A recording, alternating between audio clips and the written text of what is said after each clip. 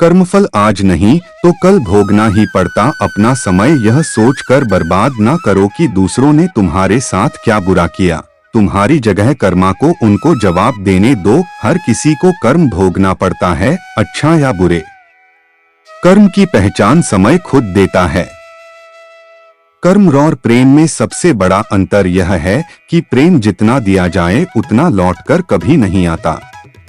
कर्म का सब खेल है, यह लौटकर तो आएगा। जो आज तुझे रुला रहा कल कोई और उसे रुलाएगा। जो जैसा करता है वैसा भरता है। हर व्यक्ति को उसके कर्म करने की पूरी आजादी है, लेकिन कर्म के परिणामों में चुनाव उसके हाथ में नहीं।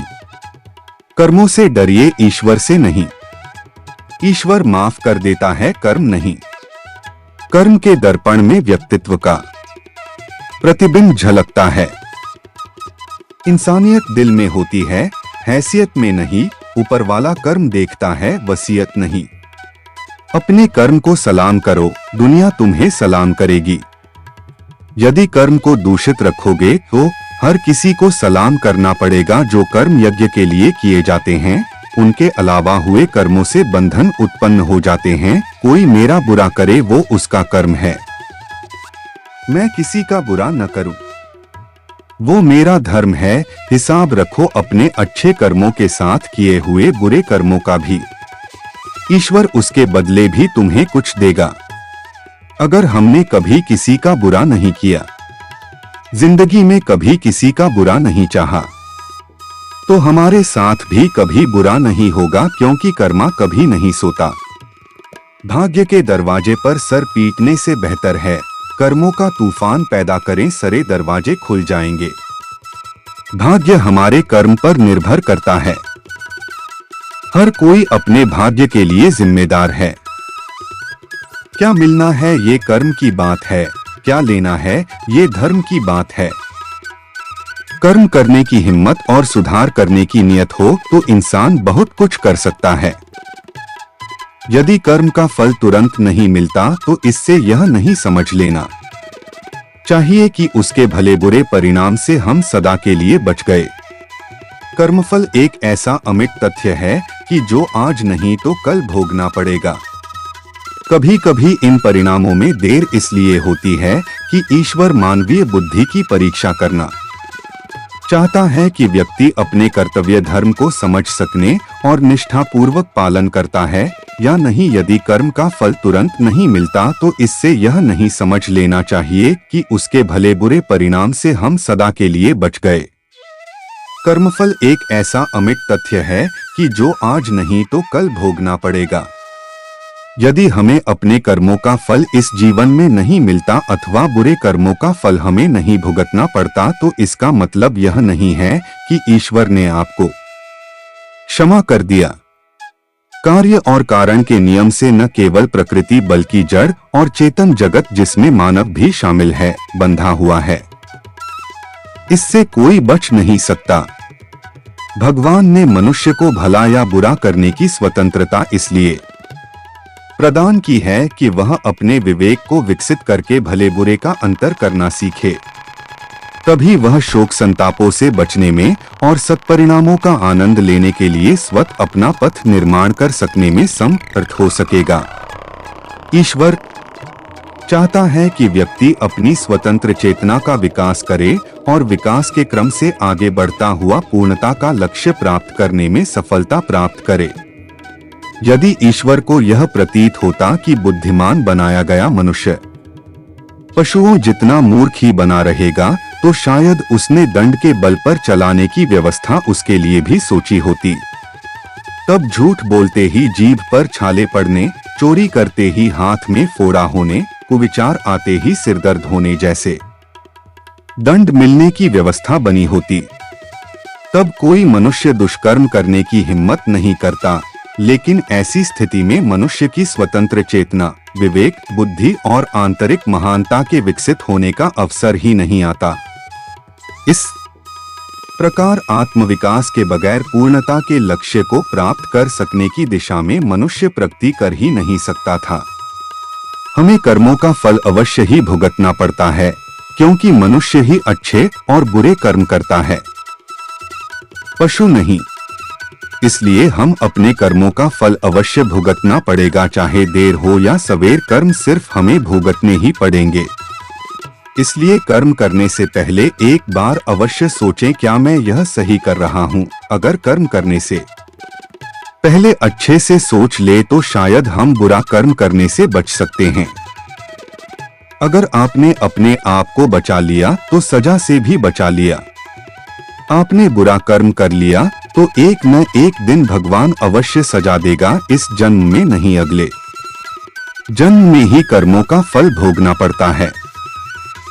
श्री कृष्ण जी ने भी गीता में कर्मों को ही सबसे उत्तम बताया है, क्योंकि कर्म हो हमारे भाग्य का निर्माण करते हैं। अगर हम अच्छे कर्म करेंगे तो हमारे साथ अच्छा होगा, अगर हम बुरे कर्म करेंगे तो हमारे साथ बुरा ही होगा। भगवान की न्याय व्यवस्था बहुत ही ज्यादा सुदृढ़ है। कर्म का फल अच्छे कार्य करने वाले को अच्छा और बुरे कर्म करने वाले को बुरा फल अवश्य ही भोगना पड़ेगा। भगवान के देर भले ही हो जाए मगर अंधेर हो ही नहीं सकता। जिसको आप देर समझते हैं वह देर भी नहीं है। प्रभु ने प्रत्येक कर्म के फलित होने का समय पहले से ही निर्धारित कर रखा है। समय से पहले या पीछे फल की प्राप्ति नहीं होगी। प्रभु की प्रत्येक रचना, प्रत्येक नियम इतना ज्यादा गहरा है कि हर एक प्राणी उसको समझ या जान नहीं सकता। आज जो कर्म हम कर रहे हैं, परिपक्व होकर उनसे ही हमारे भाग्य की रचना होती है।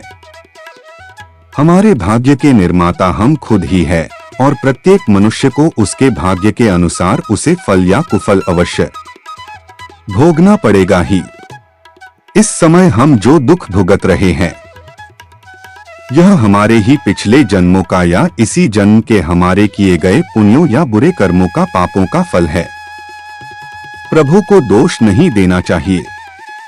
भगवान का एक विधान यह है कि हमारे कर्म, विचार और भावना को अनुसार ही हमें सुख या दुख की प्राप्ति होगी और वह सुख या दुख हमें खुद को ही भोगना पड़ेगा। मनुष्य के कब किए हुए पाप का फल कब मिलेगा इसका कुछ पता नहीं। भगवान का विधान विचित्र है। जब तक पुराने पुण्य प्रबल रहते हैं, उग्र पाप का फल भी तत्काल नहीं मिलता। जब पुराने पुण्य खत्म होते हैं तब पाप की बारी आती है। मगर सत्संग दंड को कम करा सकता है या फिर कुछ प्रसाद के रूप में भी दे सकता है। अपने दुखों को हंसन हंसन झेलो या रोकर झेलो, यह हमारे कर्मों का फल तो हमें अवश्य ही पड़ेगा। फिर रोकर क्यों झेले। रोने से कष्ट दुगना हो जाता है और हंसते हंसते रहने से आधा हो जाता है। जिस दिन पाप कर्म हो जाए तो अगले दिन उपवास रखो, यह एक उत्तम यह कर्म भूमि है। कर्म तो करना पड़ेगा, कर्म नहीं करोगे तो पाप चढ़ेगा। जैसा कार्य कर्म होगा वैसा ही फल भी भोगना पड़ेगा। फिर दुष्कर्म क्यों करे। प्रत्येक कर्म प्रभु को याद करके करेंगे तभी अच्छे फल ही भोगेंगे। धन, दौलत, सुयश, खुशियां, सफलताएं, सुखी परिवार, रोना हमारे कर्मों का फल है और पीड़ा, दुख, बीमारियों, आफत, दुखी परिवार, रोना हमारे ही बुरे कर्मों का फल है। भूतकाल में हमने जो किया था उसका फल हमें अब मिल रहा है। भूतकाल में हम जो भोग चुके हैं या हो सकता है इस जन्म में भोगेंगे। श्री कृष्ण ने समझाया कि भीष्म पितामह सुख दुख से, जय पराजय से परे हैं। वो जानते हैं कि जो होने वाला था यही हुआ। भीष्म ने श्री कृष्ण से कहा, भगवान मैंने ध्यान करके अपने 73वें जन्म तक देखा। मैंने तो कोई कुकर्म नहीं किया, फिर मुझे बाणों की शैया पर क्यों सोना पड़ा। श्री कृष्ण मुस्कुराकर बोले, हे संयम मूर्ति भीष्म, 73वें जन्म के पहले 74वें जन्म तक जब आपको पता चलता कि जब आप किशोर थे तब वन में घूमने गए, वहां पत्ते पर बैठी टिड्डी के शरीर में आपने कांटा चुभोया था, उस कर्म का फल घूमते घूमते अब मिल रहा है। कर्म का फल 6 साल में दुगुना, 12 साल में 4 गुना, 18 साल में 8 गुना, 24 साल में 16 गुना इस प्रकार मिलता है। इसलिए जब आप कर्ता होकर कर्म कर रहे हैं तो सोचे ले कि इसका क्या फल होगा।